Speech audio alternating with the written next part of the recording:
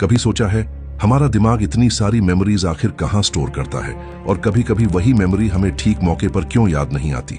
देखो, हमारा दिमाग कोई हार्ड ड्राइव नहीं है जहां मेमोरीज किसी एक जगह रखी हो।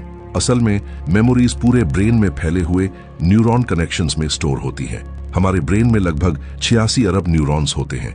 जब आप कुछ नया देखते हैं, सीखते हैं या महसूस करते हैं तो इन न्यूरॉन्स के बीच नए कनेक्शंस बनते हैं। इन्हें कहते हैं सिनेप्सिस।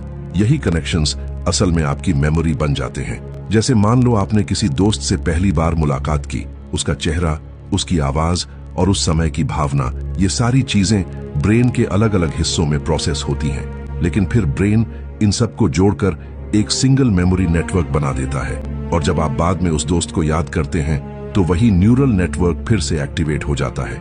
लेकिन अब सवाल ये है कि कभी कभी हम चीजें भूल क्यों जाते हैं। असल में मेमोरी हमेशा परमानेंट नहीं होती।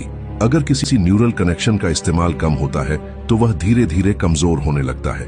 इसीलिए कई बार हमें लगता है कि यार, ये तो मुझे पता था लेकिन याद नहीं आ रहा। और कभी कभी ऐसा क्यों होता है कि हमें कोई चीज तुरंत याद नहीं आती और कुछ देर बाद अचानक याद आ जाती है। देखो, जब आप किसी मेमोरी को याद करने की कोशिश करते हैं तो आपका ब्रेन उन कनेक्शंस को दोबारा एक्टिवेट करके उस मेमोरी को रिकंस्ट्रक्ट करता है। कभी कभी इन कनेक्शंस को एक्टिवेट होने में थोड़ा समय लग जाता है, और तभी कुछ देर बाद अचानक वही चीज हमें याद आ जाती है।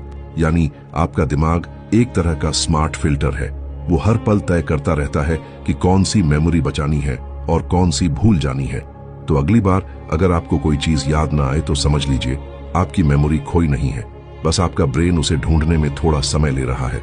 और यही वजह है कि ह्यूमन ब्रेन आज भी साइंस के लिए सबसे रहस्यमय और अद्भुत मशीन है।